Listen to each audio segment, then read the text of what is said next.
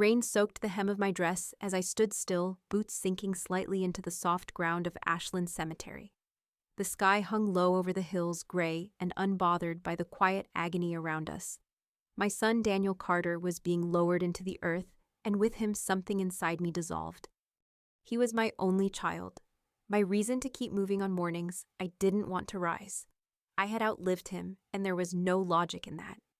I was 66, and the weight of motherhood had shifted in an instant to something hollow and irreversible. Beside me stood my husband Richard. We had been married 37 years through so many seasons, I stopped keeping count. He didn't hold my hand. Instead, he gripped my elbow fingers, pressing in just a little too firm. "We need to talk," that's what he whispered, barely looking at me. "Not now," I could barely get the words out. "Not here." He didn't blink. That's exactly why now is the right time. Before I could speak again, he led me away from the gathering. My sister Susan met my eyes from under her black umbrella. Her brows lifted slightly, as if asking whether she should follow. I gave her a tiny shake of my head. I didn't want an audience for whatever was coming. The car was parked near the old oak tree windows, fogged with condensation. Richard opened the door and reached inside his coat. What he pulled out wasn't an umbrella, it was a manila envelope, legal-sized, already damp around the corners from the mist. He handed it to me without a word. My hands trembled as I opened it. The first line said my name, Evelyn Carter. Beneath that, the heading Petition for Dissolution of Marriage. I stared at it, breath-catching. "What is this?" I asked, though I already knew. He didn't look away. With Daniel gone, there's nothing holding us together. I'm taking over the business. The house is in my name. He started the car like he hadn't just split me down the center. I couldn't move, couldn't find a single word that would rise from my throat. "You can stay for a few weeks. I'll be gone on a trip. Take that time to sort your things." A trip. I turned my head to him slowly. "Daniel just died. Our son just died. Life doesn't stop, Evelyn. Mine certainly won't." I watched him drive his profile sharp and unchanged, the same man who once made me coffee on snowed-in mornings. I don't know how long I stared at him, but finally I asked the question I never thought I'd say out loud. "Why now?" He didn't flinch. 37 years. I've served my time. Served. Like our life was a prison sentence. That hit harder than the sound of earth hitting Daniel's casket. By the time we reached the house, my fingers were locked around the envelope, creased from the pressure. We had moved into Daniel's home after his divorce, just to help out. It was never meant to be permanent. Now it felt like the last place on earth I wanted to be. Richard headed upstairs to pack. I sat at the kitchen table staring at the document, watching raindrops race each other down the window. The whole house was quiet except for the ticking clock on the wall. That night I didn't sleep. I laid there in the guest room, the one Daniel had painted for me with pale blue walls, and listened to the storm roll through the trees outside. I thought about all the things I still hadn't said to Daniel. How he had called me 3 days before the crash. His voice had been tight, nervous. He wanted to talk about something about his father. But I had told him next week. There wasn't going to be a next week. Now I had a house filled with silence, a heart that ached in too many directions, and a marriage that had unraveled not with shouting, but with an envelope and a signature. That was the day I realized I had nothing left to lose. Not my son, not my husband, not even myself. Not yet. The house felt colder than I remembered. Even with the heat on the air inside, Daniel's place had a stillness to it, like everything had stopped breathing. I wandered from room to room after Richard left, touching things I had no use for, just to feel something under my fingertips. I tried to sleep. The guest room was too quiet, and the sheets still smelled faintly of lavender, the detergent Daniel liked. I laid on my side, staring at the ceiling, listening for footsteps I knew would never come again. The storm outside had passed, but the rain hadn't. It tapped softly against the windows like a metronome, slow and persistent. My chest ached in a way I didn't know how to name. Not just grief, not just loneliness, something else. It had been 3 days before the crash when Daniel called. I could still hear his voice, tight and clipped. "Mom, I need to see you. It's about Dad. It's about the business." That's what he said. I told him, of course, but he didn't push. We agreed to meet that Friday. He died Thursday. I kept thinking if I had asked more questions, if I had heard something in his tone, I could have made him tell me sooner. But Daniel was always careful, always thinking 3 steps ahead. If he hadn't said it on the phone, it was because he didn't feel safe. The thought stopped me. Safe. In his own life, his own family, he didn't feel safe. I got up, pacing slowly down the hallway. The photos on the wall showed birthdays, camping trips, snow days. There was one of Daniel with a missing front tooth holding a fishing pole. Another of him in a tux smiling next to his ex-wife. I didn't stop to look too long. It hurt too much. When Daniel and Melissa divorced, he asked me to be his emergency contact. I had forgotten about that. He even gave me the code to his office safe, just in case, he said. I told him it wasn't necessary. I remember laughing a little when he handed me the numbers. I stopped in front of his office now, hand resting on the doorknob. The room was dark, but I didn't turn on the light. I just stood there and whispered to myself, "What were you trying to tell me, baby?" There was a hum in my ears, like the silence had gotten too loud.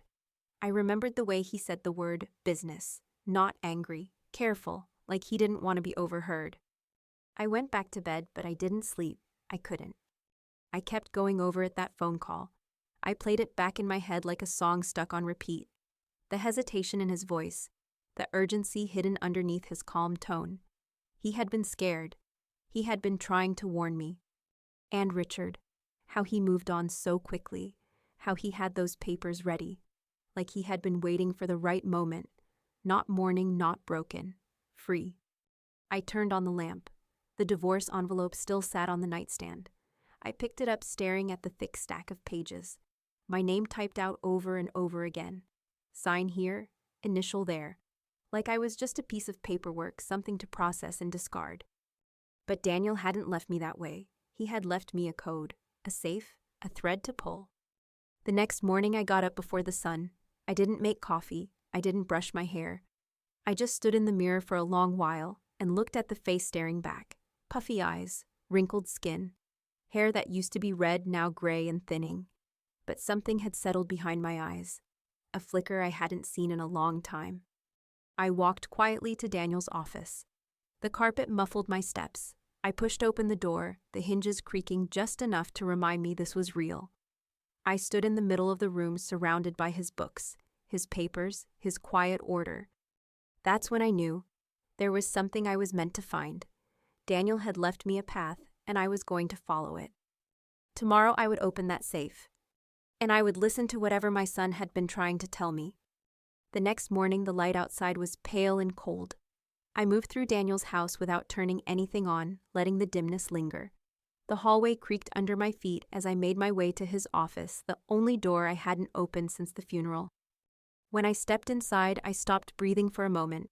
His scent was still there, a mix of cedar, old books, and the cologne he used sparingly. It hit me in the chest like a wave. Everything was untouched. His chair slightly pushed back. A coffee mug still on a coaster, the ring of a long-evaporated drink staining the wood. I crossed the room slowly, trying not to disturb anything. I didn't want to ruin what felt like the last remaining imprint of him. The closet door stuck slightly before opening. I reached past the suits that still held his shape and brushed against the metal of the safe bolted to the wall. The numbers came back to me without effort. I turned the dial hands steady in a way that surprised me. With a click, the door gave. Inside were folders stacked carefully, a few labeled in his tidy handwriting. Some had charts and account statements I didn't understand. But what caught my eye was a plain white envelope resting on top, heavier than it looked. One word written across the front in blue ink. Mom. I held it in my lap for a long time before I opened it. My fingers felt too clumsy, too unsure. The paper inside was thick, folded 3 times.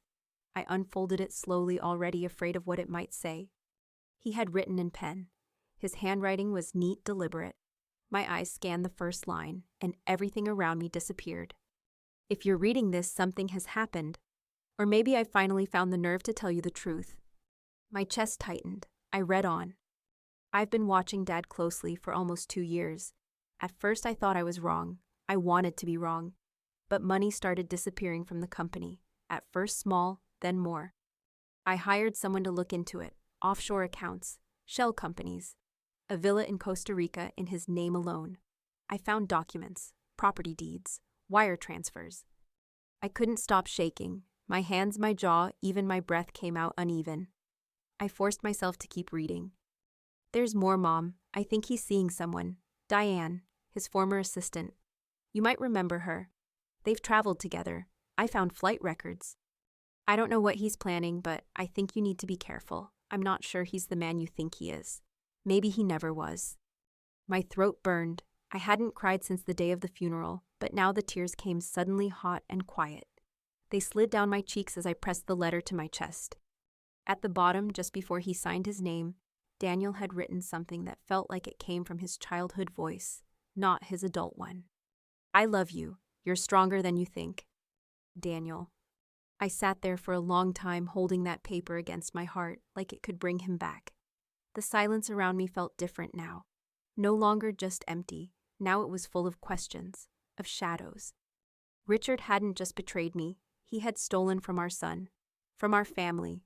He had stood beside me at the funeral, lied to my face, and planned an escape while our child was still warm in the ground. And Daniel had known.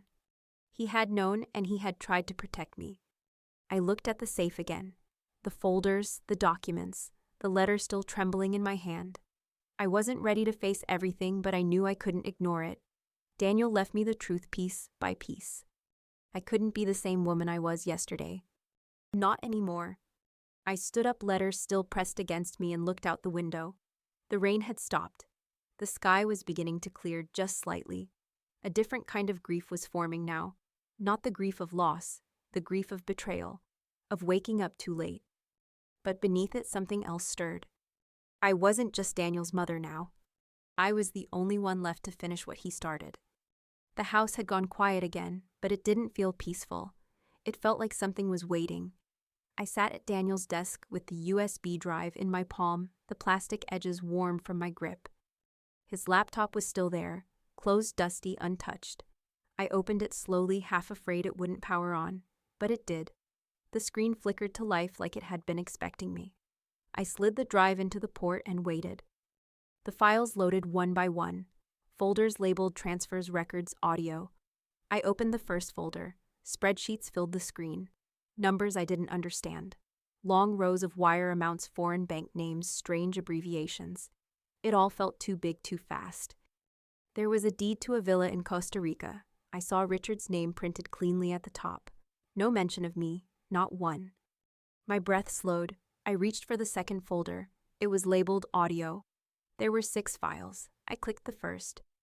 Daniel's voice filled the room. It hit me harder than I thought it would. I wasn't ready. His tone was calm but firm. He said he had questions about money missing from the company. He asked his father directly, said it didn't look like investment spending or taxes, said something felt wrong. Then came Richard's voice, flat, unbothered. He said he was protecting his future, said he built the business from nothing, that he was entitled to something for himself. Daniel pushed again. What about Mom's future? She gave everything to this family too. Richard laughed, a quiet, clipped sound that made my stomach turn. Your mother's always been good at staying out of the way. Let's not complicate that now. I paused the file and leaned back, hand pressed to my chest. I had heard that tone before, so many times. It always came dressed as concern, as leadership, as practicality. But now I heard it for what it really was, contempt. I played the next file. Daniel was more agitated this time. He said the property deed didn't include Mom's name, that it looked like Richard was preparing for something. Richard's voice lowered. It had an edge to it. Sometimes you have to clear the board if you want to start fresh. Remove a few obstacles. I stopped the file. My ears rang. The silence felt louder than the voices. Obstacles. I had read that phrase in Daniel's letter. My hands were trembling. I pressed them against my knees. I looked around the room trying to ground myself, but even the books on the shelves looked different now, like witnesses. I thought of the phone call again, the one Daniel made before the crash. He had sounded tired, but there had been something else in his voice too. Hesitation, like he knew he was running out of time. I opened one more file, this one shorter. Daniel said he was going to Mom with everything, that it wasn't safe anymore to keep it quiet, that he would rather risk confrontation than let Richard destroy everything. Richard didn't yell, he didn't argue. He said one sentence, "That's your choice. Just be ready to live with it." I closed the laptop. I couldn't listen anymore. My breathing was shallow, my hands cold. The man I married had lied, stolen, betrayed. But now something darker was taking shape. Daniel had found out. He had planned to meet me. He never got the chance. What if that wasn't coincidence? I pressed my palms flat on the desk. I tried to slow my thoughts, but they wouldn't stop coming. I wasn't imagining this. I couldn't afford to. Whatever this was, it wasn't just about money. Daniel had been scared, careful, and now he was gone. I looked down at the letter again, the one with his handwriting. I love you. You're stronger than you think. I couldn't do this alone. I needed someone who knew what this meant, someone who could read the numbers and explain the threats hiding inside them. I picked up the phone and dialed the only person I trusted without question. Susan. I didn't hesitate. The moment I hung up from Daniel's final recording, I called my sister. Sandra answered on the second ring, her voice tight but steady. I told her I needed her, and she didn't ask why. She was at the door within an hour, still wearing her work clothes, her purse half-zipped. I handed her Daniel's letter without saying a word. She sat beside me on the couch and read every line slowly, her mouth set in a firm line. When she finished, she looked up at me with something sharp in her eyes. Not just sadness, outrage. Her voice was low but certain. We need to call Mark. Mark Carter was her son-in-law, married to her youngest. He worked in Portland as a financial crimes attorney. Always quiet, always reading. I had seen him pick apart case files at Thanksgiving dinners while the rest of us passed gravy. He arrived late that evening, sleeves rolled and laptop under one arm. I watched him as he pulled up a chair at Daniel's desk. I handed him the USB drive. He didn't ask for context, just nodded and got to work. The room went quiet except for the sounds of files opening and Mark's fingers tapping the keys. He scrolled through the spreadsheets first, brow furrowing deeper with every page. Then the audio files. He listened with earbuds in, eyes shifting but expression unreadable. It wasn't until he reached the property deeds that he sat back and let out a slow breath. He turned to me gently. This isn't just suspicious, it's criminal. He started explaining the layers of it. The offshore accounts weren't just hidden, they were laundered. The way the transfers were routed meant someone had helped him build a paper trail that looked clean on the surface, but underneath it was hollow. There was a pause, then he said something that made me grip the edge of the table. Your husband didn't just steal money, he built a system to erase it, to erase you. I swallowed hard. Sandra reached over and placed her hand on mine. It was the first time all day I felt steady. Mark kept going. The company wasn't just at risk, it was already bleeding. Daniel had been days away from exposing him, maybe hours. And now Daniel was gone. I didn't say it out loud, but we all felt the same question rise between us. Was it really an accident? Mark didn't speculate. He just opened a fresh folder on his laptop and started organizing the files.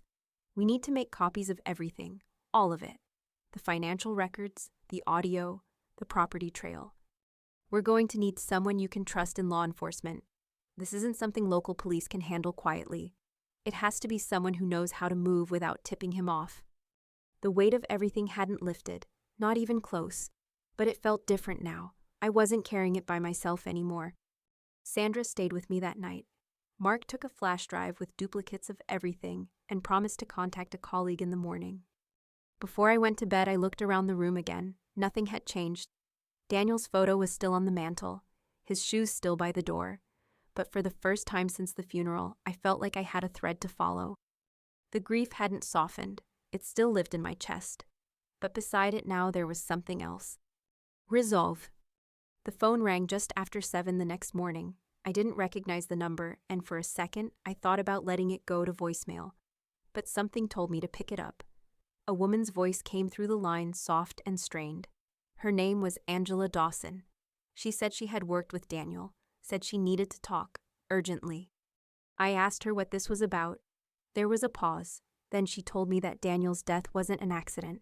Her voice trembled as she said it, and that she could prove it. I sat down hard on the edge of the couch. My hand clutched the phone so tight it hurt. I asked her what she meant. She said she couldn't talk about it over the phone. Too risky. Too many eyes. She asked to meet me in person. Rosalie's Cafe on Oak, 10 a.m., the back booth near the exit. She said it like it had been rehearsed, like she had thought through every word. I didn't go alone.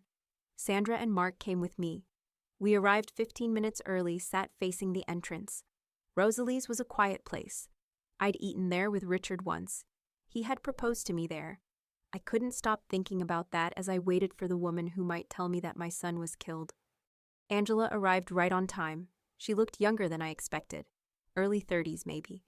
Auburn hair pulled into a bun. Her eyes darted around the room before she slid into the booth across from us. She didn't touch the menu.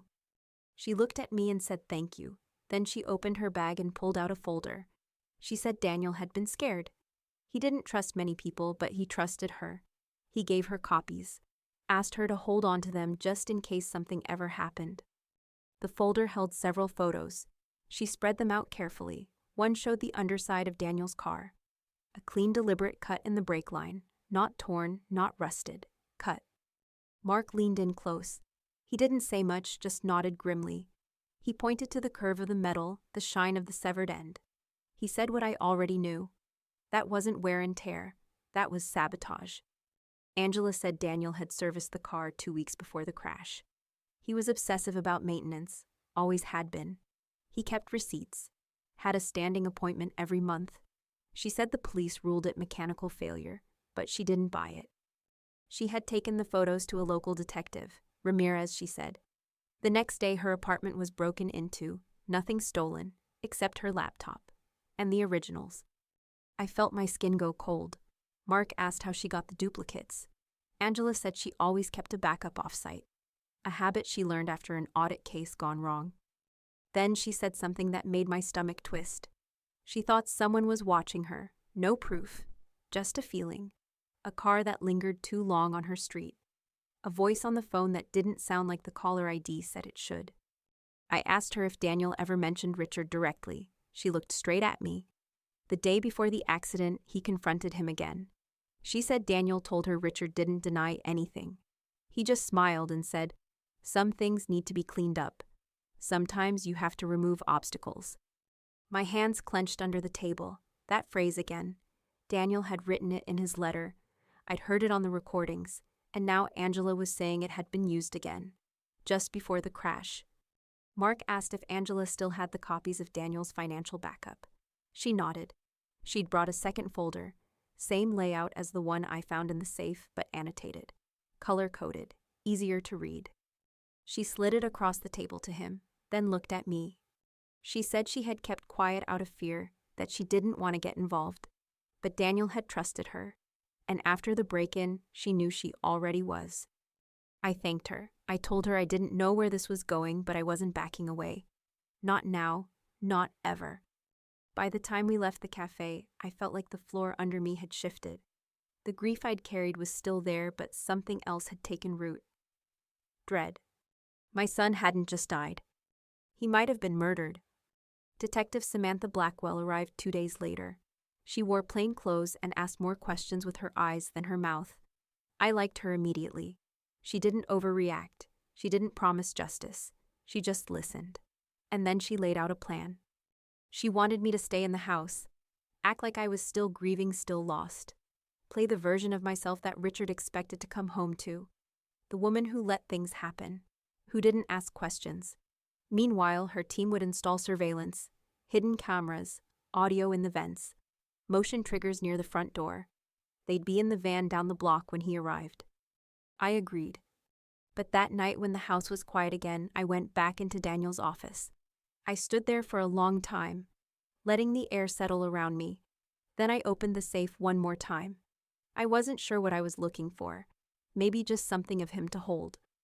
That's when I found it, tucked behind a stack of documents, a sleek black pen, too heavy to be just a pen. I clicked it once, nothing. Then again, a soft blink of red light. I realized what it was. A voice recorder. He must have used it for business meetings, but I saw it differently now. I saw it as a way to carry something of his with me, a way to hold the truth just in case everything else failed. I kept it close. That night I slept in Daniel's room. I couldn't bring myself to turn off the lamp. I lay on top of the covers staring at the ceiling. Every shadow felt like his absence. Every silence, a memory. but I didn't cry. I wasn't the same woman who stood at his grave. When morning came, I took a shower and stood in front of the mirror. My hands ran over my face without thinking. Wrinkles under my eyes. A streak of gray by my left temple. I looked tired. I looked older. But I didn't look broken. Not anymore. There was still fear. I couldn't pretend there wasn't. But beneath it, something steady had taken root. I wasn't doing this for revenge. I wasn't trying to destroy Richard. I just wanted the truth. I wanted Daniel's story to be heard. I dressed the way Richard would expect. Plain sweater, no makeup. I tucked the pen recorder into my pocket. Then I sat in the living room, hands folded, listening to the tick of the clock. My phone buzzed. The message was short. Landing early, be home in 1 hour, have your things ready. Richard. I didn't respond. I just set the phone down slowly. Then I looked out the window, watching the driveway like it might answer me. 1 more hour, and I would finally face him. I heard the car before I saw it. Tires crunching up the driveway, engine still humming as the door opened and slammed. I stayed in the chair by the window, hands folded just like the day before. The pen recorder was already tucked safely in my sweater pocket. He walked in like nothing had happened. Tan relaxed, suitcase in one hand, sunglasses on his head. He barely looked at me. Still here, he said like it was a joke. I nodded once. I needed more time, I said. He sighed and moved through the room, touching things that didn't belong to him anymore. Daniel's books, the photo on the mantel. I watched him with quiet detachment. He sat across from me and leaned forward. Asked if I had signed the divorce papers. I said not yet. He pressed harder. I told him I had questions. His mouth tightened. I asked him if he remembered what Daniel said before the accident. About the company, about what he found. His eyes narrowed. I told him Daniel mentioned Costa Rica, offshore accounts, a woman named Patricia. I said the words slowly, watching him. He stood up fast, crossed the room in 2 strides. Asked if I'd been snooping. I said I'd been reading what Daniel left behind. And I asked him if the phrase removing obstacles meant anything to him. His jaw locked. He started to deny it, but the tension in his voice betrayed him. He called Daniel paranoid. Said I was twisting everything. Then he leaned closer, voice low. Said maybe I didn't understand how dangerous it was to hold on to things that didn't belong to me. I stayed still. He asked me if I had shared anything with the police. I said nothing. His hand twitched toward my sweater. I stood up. He grabbed my wrist, hard. The recorder buzzed in my pocket. Let go of me, I said. His grip tightened. He tried to rip the pen from my pocket. That's when the front door slammed open. Police, voices shouting, officers in black pouring into the living room. Richard spun around, but it was too late. They were on him in seconds. He tried to resist, but they had him pinned, cuffed. His eyes met mine one last time. You did this, he hissed. I didn't flinch. No, you did. As they read him his rights, he kept shouting, said I was lying, that I was setting him up. But the room was wired. Everything had been recorded. The words, the threats, the pressure in his voice. It was over. Later that week, I got a call from Detective Blackwell. She asked me to come down to the station, said they found something in his luggage. I sat across from her and a man from the insurance division. His name was Craig. He laid out a file in front of me. There was a life insurance policy, taken out 5 years ago, on me. The payout was $2 million. I blinked at the number. The detective leaned forward. Said they also found a vial in Richard's bag, labeled potassium chloride. If injected properly, it could stop a heart and look natural, almost untraceable. He wasn't just running, he had planned for everything, even for me to vanish without suspicion. The air in the room turned heavy, but I stayed upright. I didn't cry. 3 months later, the trial ended. Guilty on all charges: murder, fraud, attempted murder. The sentence was life without parole. I didn't attend the sentencing. That morning, I walked into my design class at the local community college. I was the oldest woman in the room. My hands shook a little as I set down my sketch pad, but I felt something new growing inside me. I used the settlement from Richard's seized assets and Daniel's insurance to start over. A small apartment, a quiet life. I began volunteering with a nonprofit that helped women recover after betrayal. Some were widows, some survivors. Some just needed to hear they weren't alone. One evening, I invited Sandra, Mark, Angela, and Detective Blackwell over. We sat on the balcony, wine in our glasses, city lights blinking below. To Daniel, I said, "To the son who protected me even after he was gone." "And to the woman who learned how to protect herself," Sandra added. I smiled then, a real smile. Not because the pain had left, but because I had survived it.